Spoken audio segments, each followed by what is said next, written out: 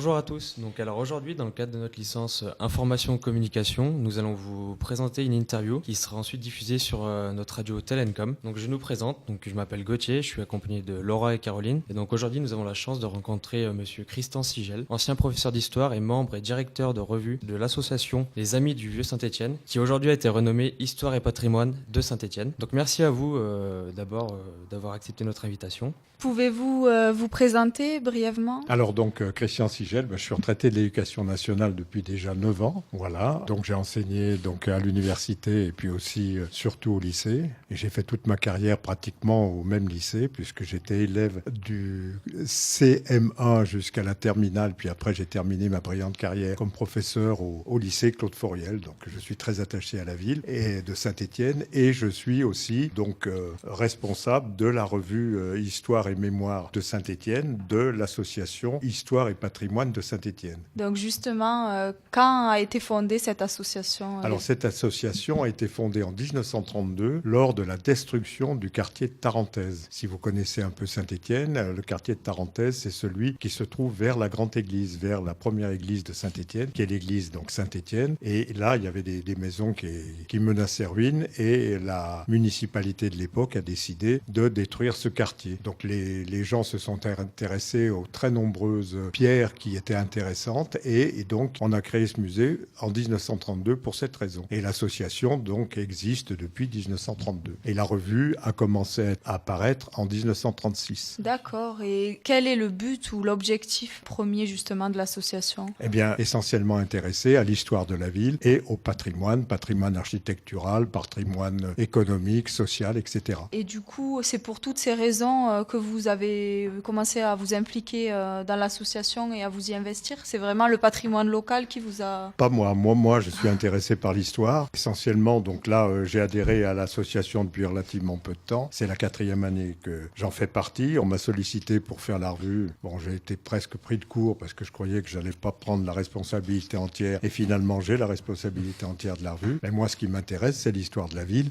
Et surtout, j'ai fait beaucoup de travaux sur le Saint-Étienne au XVIIIe siècle. Parce que Saint-Étienne au XVIIIe siècle, c'est, contrairement à ce que beaucoup croient, la ville de Saint-Étienne, au XVIIIe siècle, c'est la ville qui présente les prémices de la révolution industrielle. Il y a tout pour que la révolution industrielle arrive, comme elle arrivera au XIXe siècle. Du coup, votre rôle au sein de l'association, c'est vraiment cette revue. Et combien de temps vous y consacrez ? Alors, nous avons 4 revues. La revue est trimestrielle, 4 revues par an. Nous tirons à 500 exemplaires, au tarif intéressant de 11 €. Et ce qu'on peut dire, c'est que là, c'est un travail de longue haleine. Il faut trouver les auteurs, il faut quelquefois écrire des articles, mais en gros, quand il y a le coup de feu, c'est-à-dire préparer la revue, etc., ça ferait 20 heures par semaine, mais je sais pas, moi, dans l'année, ça doit faire 250 heures à peu près. Pourquoi avez-vous choisi de passer de professeur d'histoire à membre de l'association Les Amis du Vieux Saint-Étienne ? Ça a été naturel, et puis aussi j'étais à la retraite, moi je voulais faire, et puis c'est agréable de préparer une revue et puis trouver les sujets. Là, par exemple, la dernière revue, c'est sur la franc-maçonnerie stéphanoise. La revue avant, nous avons fait Saint-Étienne et la Corse, puisqu'on a énormément de rapports avec la Corse. La première revue de l'année, c'était le Casino, puisque Casino fêtait ses 120 ans cette année. Et enfin, la dernière revue, la revue de mars, c'était la modernité artistique à Saint-Étienne dans les années 50.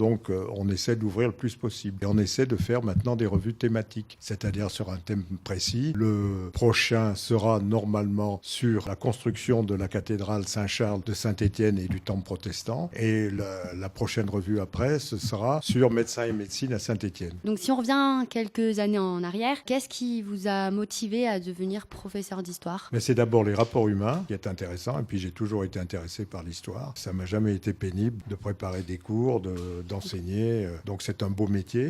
Et puis c'est un métier qui me plaît. Moi je trouve que c'est essentiellement pour les rapports humains. Qu'est-ce que vous retenez de votre carrière de professeur ? Beaucoup de choses. Alors d'abord des rapports avec les élèves, avec certains, j'ai encore des rapports d'amitié. Puis aussi, moi ce que je regrette un peu, c'est que les professeurs de l'enseignement en France, soient cantonnés essentiellement donc je suis prof d'histoire géo, mais j'adore le rugby. J'aurais bien aimé pouvoir participer avec des élèves en faisant du rugby. Par exemple, là j'imaginais d'être prof en Angleterre. En Angleterre, j'aurais pu être le matin professeur d'histoire et l'après-midi entraîner une équipe, ce qui n'est pas possible en enfance. Donc cette association, elle possède un musée. Justement, on a vu que ce musée-là a été très récemment déplacé au musée d'art et d'industrie à Saint-Étienne. On aimerait savoir en fait pourquoi ce transfert a-t-il eu lieu et comment avez-vous ressenti. Alors, l'association occupe des locaux depuis 1932 à l'hôtel de Villeneuve. L'hôtel de Villeneuve, c'est un hôtel qui est peut-être que vous connaissez, qui se trouve rue Gambetta, mais qui est inséré dans un bloc de maisons. Donc, c'est une maison bourgeoise, dirions-nous, du XVIIe siècle. Les locaux sont déjà vieux et aussi les collections avaient du mal à être conservées dans un très très bon état. Autre chose aussi, le local n'est pas adapté, il faudrait de l'autre transformation pour pouvoir l'adapter, pour que les gens puissent monter sans aucun problème donc aux étages. Et c'est pour ça que l'association, estimant qu'elle n'avait pas les moyens de conserver les collections dans de bonnes conditions, a décidé de verser ces collections, qui resteront siglées Histoire et patrimoine de Saint-Étienne, au musée d'art et d'industrie. Et à ce sujet, le musée d'art et d'industrie doit changer de dénomination, puisqu'il va bientôt s'appeler, normalement, musée d'art, d'histoire et d'industrie de Saint-Étienne. Et ça, on y tient beaucoup. Alors hier, il y avait une inauguration d'une préfiguration, c'est-à-dire que le MAI, donc le musée d'art et d'industrie, a fait une petite salle, hélas trop petite puisqu'elle fait 40 mètres carrés, où est présenté certains objets de la collection. Et nous espérons, comme le maire nous l'a dit, qu'il y aura une salle spécifiquement dédiée à l'histoire de Saint-Étienne dans les locaux du musée d'art et d'industrie. Quels sont les types d'œuvres qu'on peut trouver dans ce genre de musée? Alors au départ, donc, puisque le musée a été créé parce qu'on détruisait des vieilles maisons, c'est un musée lapidaire. Et puis là, il y a des collections, que par exemple des armes, et puis aussi certaines pièces sur... Là, le musée s'enorgueillit aussi d'avoir le premier ticket de train de la ligne Saint-Étienne-Lyon de 1832, par exemple, et puis aussi des armes, donc, puis aussi beaucoup de moulins à café, puisque Saint-Étienne, aujourd'hui capitale du design, a pu être capitale du design parce que finalement il y avait des designers entre guillemets, des designers au XVIIe et au XVIIIe siècle. Et Saint-Étienne aussi était le premier fabricant de fiches, c'est-à-dire les fiches, ce sont des petites pièces de métal qui permettent de tenir les fenêtres. Et par exemple, les fenêtres parisiennes tiennent à 90%. Les fenêtres parisiennes d'Ancien Régime, les fiches parisiennes sont en majorité à 90% donc originaires de Saint-Étienne. Donc Saint-Étienne, ville de métallurgie, ville d'armes et ville de quincaille, comme on disait autrefois, la quincaillerie, ville de quincaille au XVIIIe et qui a permis, avec l'utilisation du charbon et l'eau du Furan, de devenir la grande capitale industrielle française du XIXe siècle. Et donc, comme vous l'avez dit, maintenant Saint-Étienne est considérée comme la capitale du design. Et donc, on se demandait est-ce que vous avez l'impression des fois qu'on met un peu de côté l'histoire et le patrimoine justement au profit du design? Mon opinion personnelle, c'est que la communication stéphanoise n'est pas excellente, en ce sens qu'on communique sur quoi? On communique sur la mine. Alors la mine, c'est effectivement une chose excessivement importante pour Saint-Étienne. On communique énormément sur le chaudron, sur les verres. Bon, il n'y a pas que les verres à Saint-Étienne. On peut dire que c'est dommage. Et ça, la communication stéphanoise n'est pas excellente, mais aujourd'hui, quand même, la communication semble bien meilleure. Si vous avez vu, par exemple, dimanche dernier, sur le journal du dimanche, il y avait 2 pages qui étaient réservées au design à Saint-Étienne. Donc là, moi, je trouve que c'est très, très bien. Et finalement, aussi, le design, c'est la continuité du travail des Stéphanois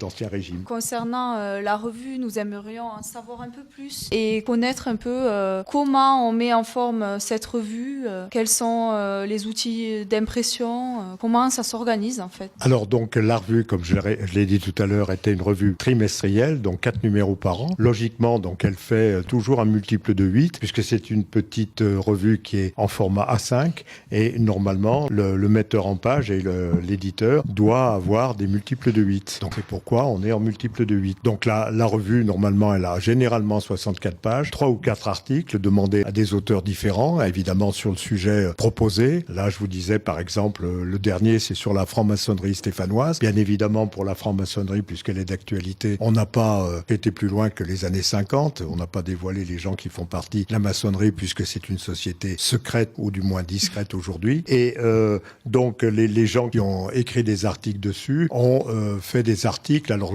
on leur demande à peu près de faire 12 à 16 000 signes. Hein, vous savez, en édition, on compte par signe. Signe, donc en signe, ce qui fait à peu près 8 à 10 pages, plus que les pages, ça fait à peu près 8 pages. Donc là, nous avons la chance, depuis 2 ans déjà, d'être édité en quadricopie. Donc nous avons des photos couleurs. Donc ce qui est intéressant. Alors une fois donc que les textes me sont envoyés, moi je les mets plus ou moins en page. Et puis après, donc on va chez l'éditeur, où il y a un metteur en page qui est là et qui nous aide à mettre donc les différents articles, les photos qui sont évidemment numérisées et qui sont mises comme on le veut. Et donc c'est assez bien. Puis aussi nous avons des rubriques habituelles comme par exemple Château et Maison de Maître qui paraît chaque trimestre. Aussi des informations sur l'association. Par exemple pour le prochain numéro, comme il y a eu l'inauguration de cette salle de préfiguration, eh bien il y aura le discours du maire, le discours de la présidente, des photos qui présenteront cet événement. Donc voilà les nouveaux. S'il y a des mariages, non, il y a peu de mariages puisque ce sont généralement des gens assez âgés qui font partie de l'association. Donc il y a évidemment la rubrique décès, mais il y a la rubrique nouveaux adhérents, etc. Donc à peu près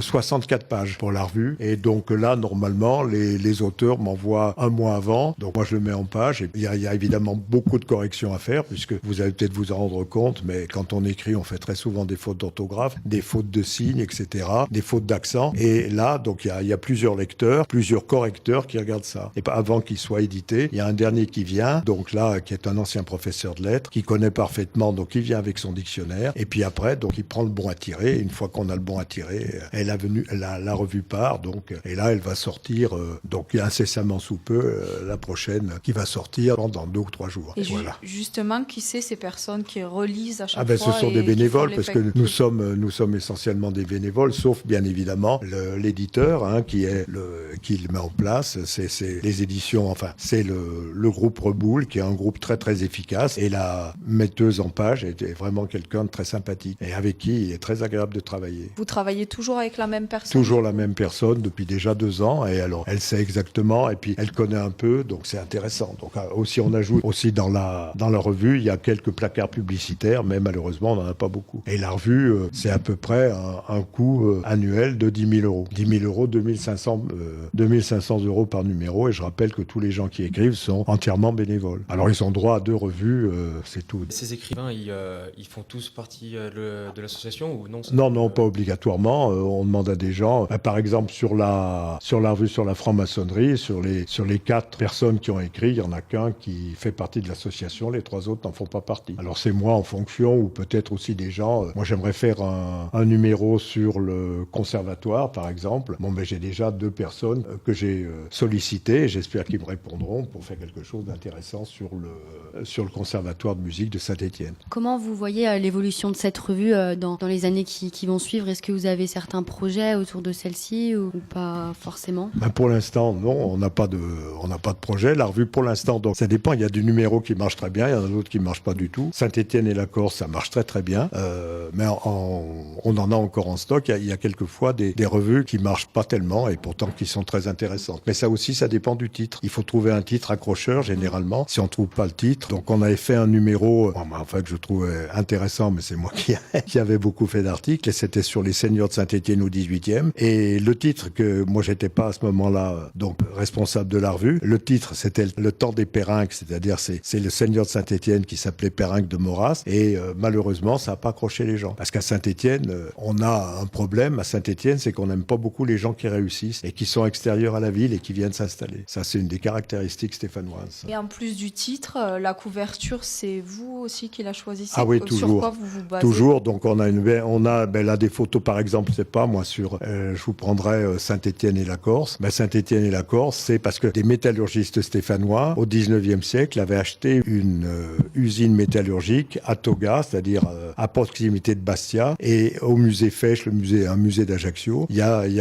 une aquarelle qui présente justement les bâtiments de cette usine métallurgique en 1855, la date où elle a été achetée par les Stéphanois. Donc c'était intéressant de la mettre en première page. En première page, généralement, on a une grande photo et une petite photo, et puis la page 2 et la page 4 de couverture aussi. Et là, les photos, à peu près une quarantaine de photos qui sont présentées. Qui achète le plus souvent? Alors d'abord, tous les adhérents. Donc il y a 227 adhérents, donc 227 parties. Et puis aussi, donc les revues se trouvent donc à la librairie de Paris. Et c'est des gens qui sont intéressés aussi par les numéros. Et puis aussi, donc là, tous les mercredis, un membre de l'association, donc une fois par mois, le mercredi, c'est les mercredis du livre, les revues sont vendues. Et puis aussi, il y a des gens qui viennent en chercher à l'association. D'accord. Donc nous vous remercions d'être venus et d'avoir répondu à nos questions. Nous vous souhaitons une bonne continuation, que ce soit dans vos projets ou dans votre vie personnelle et professionnelle. Et Merci. Merci.